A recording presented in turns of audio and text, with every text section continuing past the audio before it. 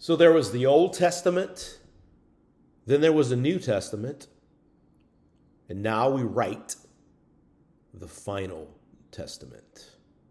This is the final testament.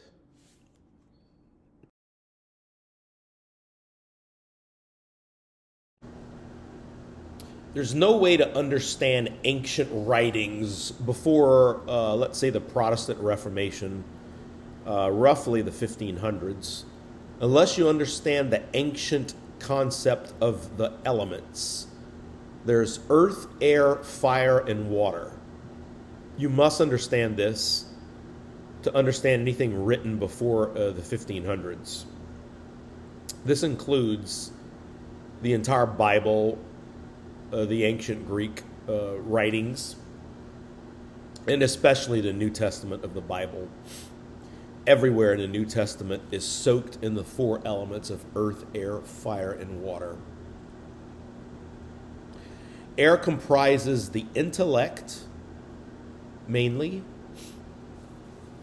The position of air is generally points to the head, and we commonly call this IQ, or something approximately or equivalent to IQ, intelligence. Water refers to emotions and movements of the heart. This corresponds to our community, those we are connected with in some way, in community. The position we normally refer to this as the heart area or the chest area. In common discourse, we might call this EQ, or emotional intelligence. Fire is a combination of energy and drive, or anything related to motion, movement, or something requiring energy and vigor. The location of this is usually the stomach and the sex organs. Our stomach processes our food that gives us energy, and our sex organs drives us to reproduce for the next generation or next 1,000 generations perhaps. And it also infuses us with polarity, the masculine feminine principle of polarity, because without polarity there is no life and no motion and no movement. There must be polarity. In general, we can refer to this as the will, that which pushes us, or that which we push ourselves. I will do this. That energy from the bottom of the stomach area. Resolve. Then there's the earth element, which corresponds to most material elements, as we call it. In modern day science, you would say the material physical world is earth, more or less. This is referred to excretion and our feet connected to the ground, or grounded. Someone who's grounded is connected to the earth. They are not floating around in wild abstractions, disconnected from earth, right? So that's kind of what earth means. It grounds you to something that we can all look at and refer to as, oh yeah, I see what you're talking about. Yeah, we all can agree that the earth is something that we can all agree exists, and we can't deny it, sort of. As far as a position on the body, it's usually referred to our feet or our defecation. Defecation reminds us of our death. And in order to be connected to reality, you have to face death, our ultimate material doom, or our ultimate material corruption, as we ultimately leave this life, which is the path we must all take. And in common parlance, like I said, we refer to this as grounding, or practical, pragmatic, something you can take out there in the quote-unquote real world and do. Now, this is the material world, essentially the realm of science and physics and chemistry. That's the earth. Technically speaking, fire, water, and air is not really the domain of science, although it has some very small elements of energy and mathematical intellect with regard to science. Science has almost no water with regard to what we're talking to here. Emotions or movements of the heart in community. Almost nothing. So yeah, there are slight indications of air, water, fire, but for the most part, what we call our scientific civilization is all earth. Let's say 99% of it is earth. And this is why it's so quote-unquote powerful, because it gives us control over the material world. But what we forgot in the science, civilization, manufacturing and stuff, is we forgot about the air, water, and fire, and that's our blind spots. Sometimes we will deny the reality of air, water, and fire in our pseudoscientific mindsets where we forgot what our ancestors knew. Now, moving toward the right, what the New Testament refers to as metanoia, or born again, genethe anothen, or what we recall in English the Holy Spirit. In Greek, it's the agia pneuma, the integrated mind, the mind that's set apart and integrated. This refers to the four elements. So if you have the Holy Spirit, you have integrated earth, air, fire, and water into one mind, or one center of consciousness. That's the Holy Spirit. So when someone receives the Holy Spirit, or should I say works up to the Holy Spirit, it's the integration of these four elements into one single center of consciousness. That's the agia pneuma, the set apart mind, the integrated mind. And this process is called metanoia in the New Testament, or born again. That's why we hear born again of the water and of the Spirit. It refers to this integration, at least with those two elements. And we can infer that the other elements were accidentally deleted, or perhaps the translators didn't include some of the deletions, maybe because they didn't know what they were doing, or it was deliberately deleted. Anyway, earth, air, fire, and water integrated process is metanoia, or born again, or genethe anothen, which is born again. And the final stage is the Holy Spirit. You have, or you move, or you dwell in the Spirit, the Holy Spirit, the integrated mind of earth, air, fire, and water. That is the meaning of the New Testament's born again, receiving the Holy Spirit, whatever. This is what it means.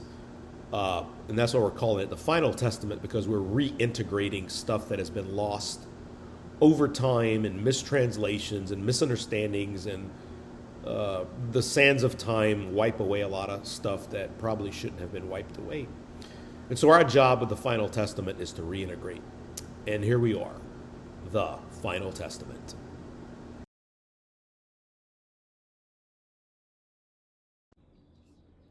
So what are the ways that many of us can perform actions to get this transmutation, or this metanoia, or this genethe anothen?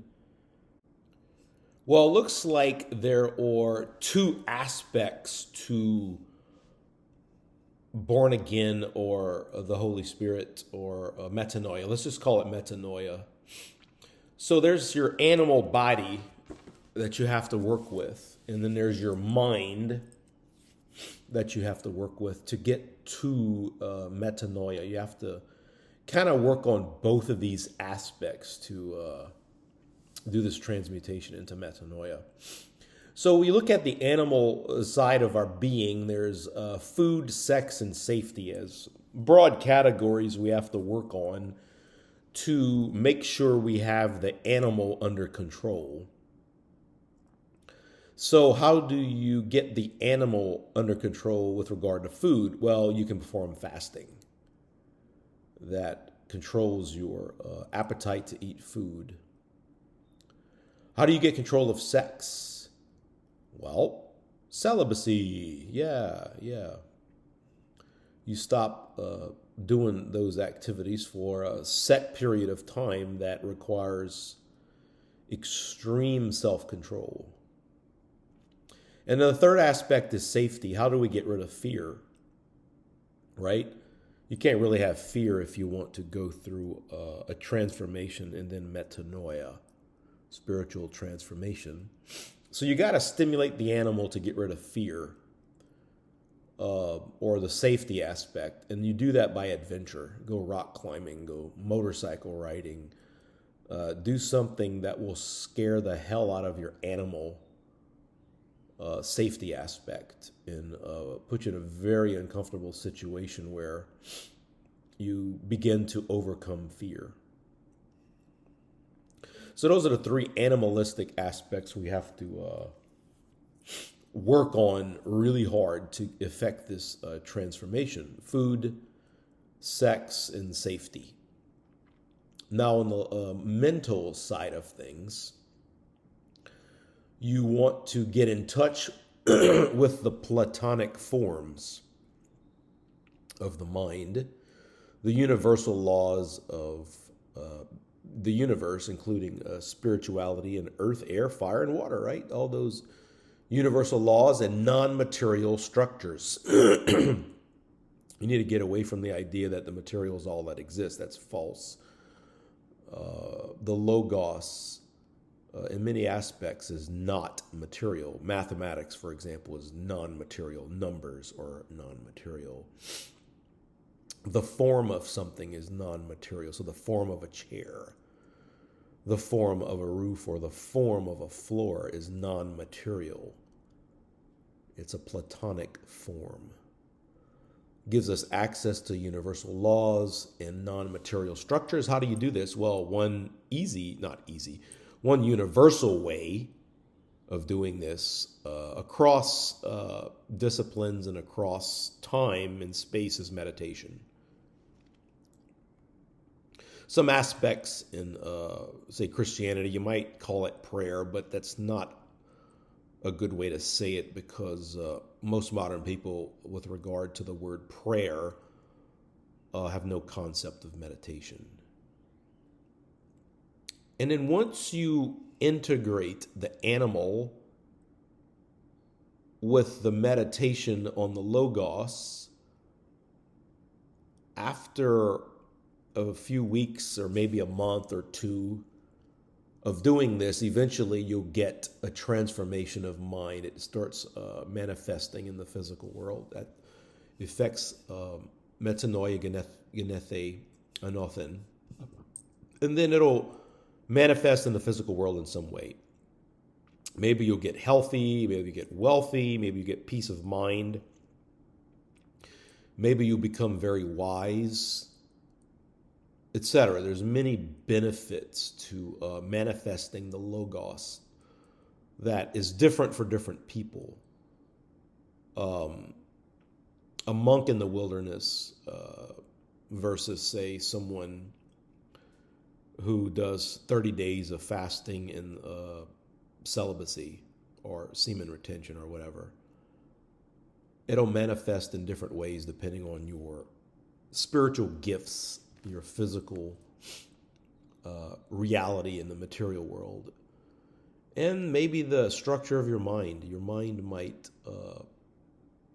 go in different directions depending on your inheritance of your mental capabilities. You might be more intellectual, you might be more mechanical, you might be more practical, depending on your inherited genetic makeup of your mind and your body. So the metanoia manifestation for different people will be probably different and often very different.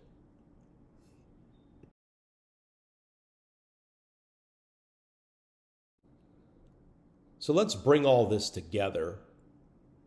We started talking about earth, air, fire, and water as the core elements of the ancient world, and our job in transforming our minds and our hearts and our bodies is called metanoia. One of the related concepts is born again in English, but it's a bad word in English, so we're just going to say genethianothen, or just refer to it as metanoia. The Holy Spirit is the integration of the mind of the four elements: earth, air, fire, and water. How do you achieve metanoia? You work on your logos capabilities and your animal substrate for a period of time. Usually, Jesus in the wilderness was like 40 days. A lot of programs of meditation, such as the classic Jesuit meditation, is 30 days. And then there's the day of Pentecost in the book of Acts, where the word Pentecost means 50, 50. So somewhere along, say, 30 days, 40 days, or 50 days, it takes for this transformation of metanoia to happen as you work on your animal side of your being combined with the logos side of your being. And then after, say, 30, 40, or 50 days, it manifests. Logos becomes manifest in you.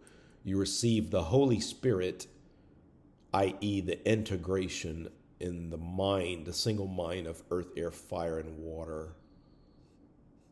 And the manifestation will be different for different people, but it'll be beneficial to perhaps your community at large, and perhaps even beneficial to you, unless you go into a self-sacrifice mode for whatever reason, your community or whatever, or your God,